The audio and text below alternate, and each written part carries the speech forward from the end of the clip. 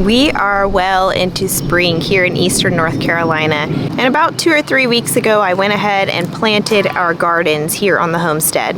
We have had no shortage of rain this past season, and with the abundant sunshine and warm weather, things are really starting to take off. And today I need to get out and do a couple of maintenance things here in the garden, so I thought I'd take you guys along with me.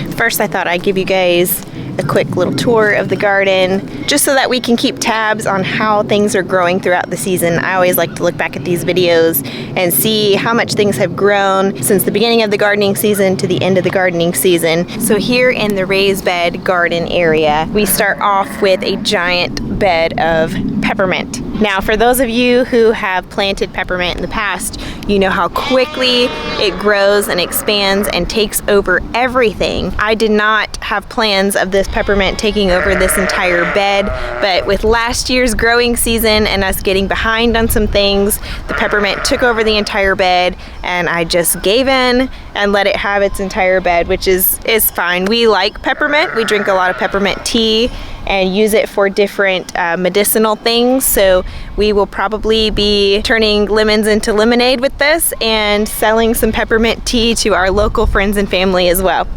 In the next bed, we have a couple of cabbages as well as some green beans that are just starting to come up. And so these trellises are here so that the green beans can tunnel up and over the trellis here. If you look back in some of our past videos, you'll see the green bean tunnel that we like to do every year. It just makes it so convenient for picking green beans throughout the season. It provides a good shade in the middle of the summer, and I just really enjoy seeing the canopy of green beans through the growing season. So on the other side of this trellis here, we've got green beans that are growing to kind of meet the other vines in the middle there. There's a lot of grass that's growing in this bed that I need to get out here with my little weeding tool and take care of. These were beds that I had planted some strawberries in last year, and the strawberries themselves had tons of weed and grass seeds in them. So we actually burnt these beds and tarped them, covered them, tried to kill off all of the weeds and grass that were in it. And it worked over the winter season, but now that things are warming up, I guess there are just some seeds that were down deep in that soil that are trying to come back again. So I will have to get back out here and get to work on those. On the back half of the bed here, I planted different types of beets, and none of those has started coming up just yet. Next bed, we have some strawberries. These are really starting to take off now that things are heating up a little bit. These berries are absolutely delicious. These are Sweet Charlie strawberries, I do believe. They are super red, super juicy and sweet.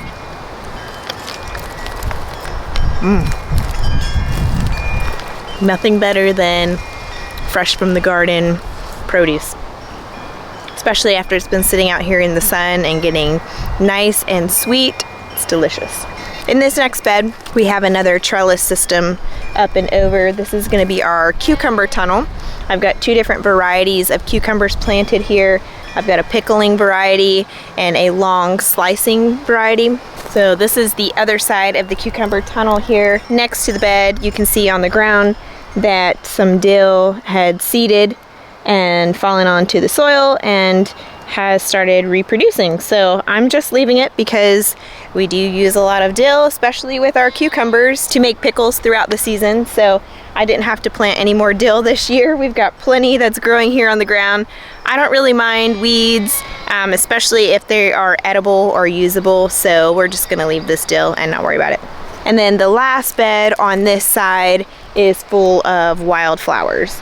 So none of them have started to blossom just yet, but they're coming up, and hopefully will be encouraging for our pollinators to come in and visit our garden pretty soon.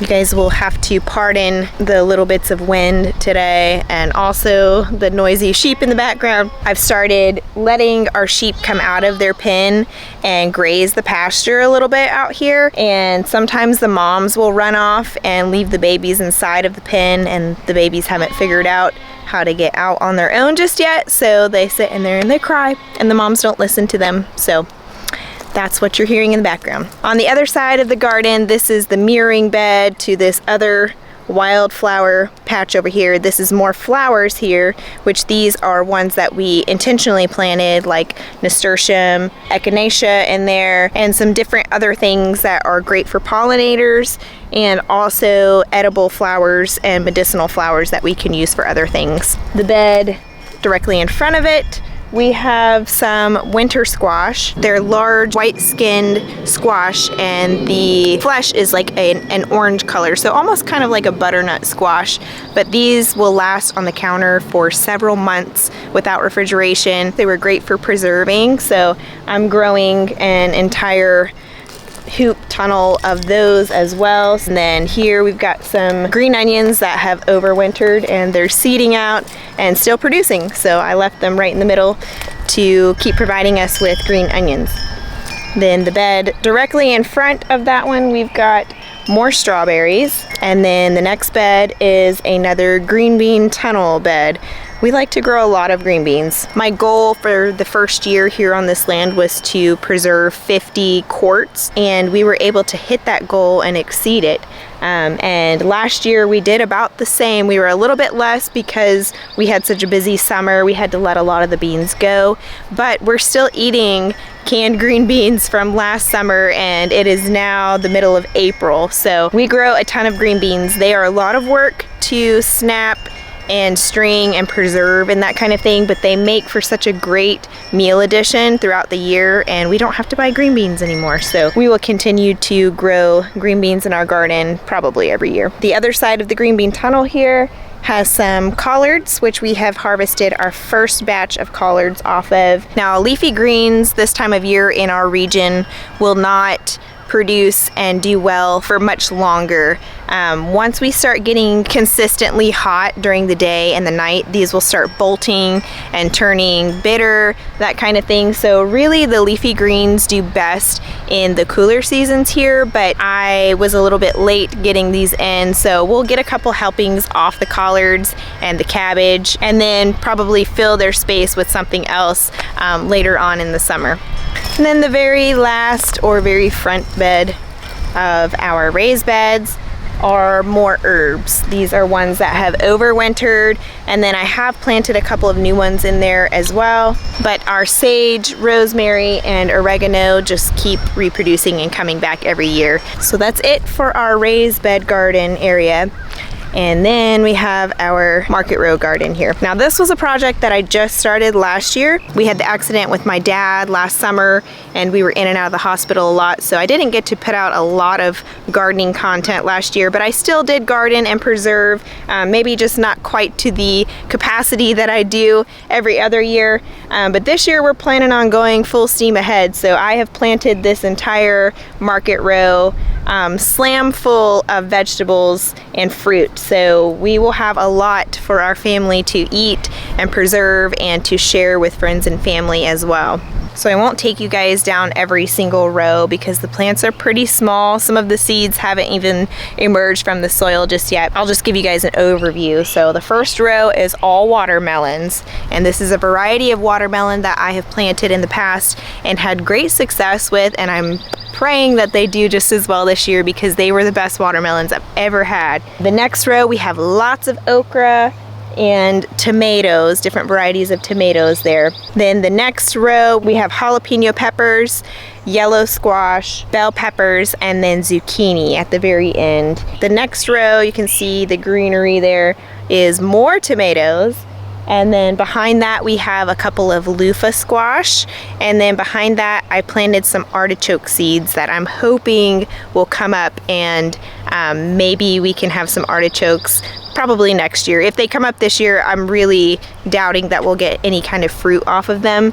But they were some old seeds that I had bought maybe like 5 years ago off someone on Etsy, so I'm not even sure if they're going to germinate. If they do, I would be so excited because artichokes are like one of my favorite vegetables right now. For some reason, I'm hooked on them. The very last row, some raspberries and some blackberries there on the end. I'm hoping that I wasn't a little overzealous with my planting, and that once preservation season comes, I'm not kicking myself in the butt for all of the extra plantings. So here behind the Market Row garden, I have this new patch that I just started this year. I wanted a couple of large beds for things that take up a lot of space. I've got some potatoes in the ground here.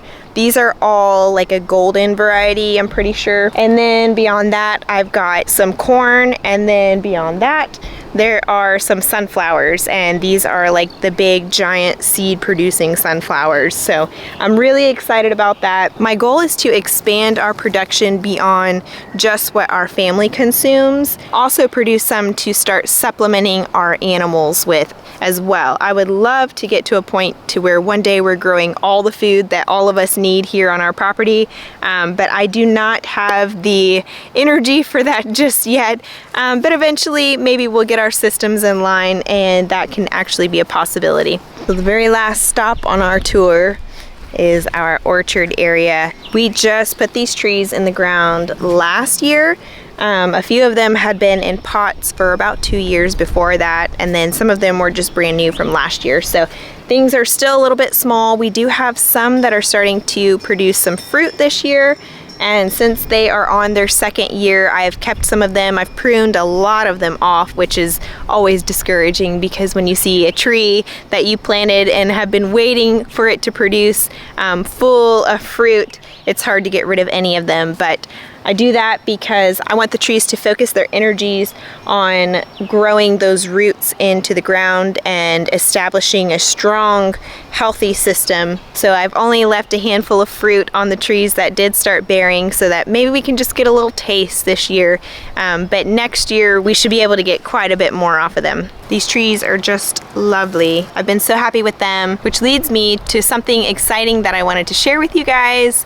I have recently partnered with the company that I have bought all of my fruit trees, spare root strawberries, my seeds for my garden from, and that is groworganic.com. And I'm excited to partner with them to share with you guys the amazing products that they provide. They carry all kinds of gardening and farming supplies on their website, and I think you guys will really enjoy what they have to offer as well. So I'm going to put a link in the description box below to take you guys directly to the website, as well as a 20% discount code for our viewers. They have so many great things to offer, and I'm excited to keep sharing the progress of the plants and seeds that I've gotten from them through the years here on our channel. So now that you guys have seen all of the gardens, it's time for me to get to work. I need to get some trellises going for my tomatoes, because they're starting to get to the height now that if a good wind comes, it could knock them one way or the other and break them. Check back to see how I'm going to trellis my tomatoes this year. Also how I prune them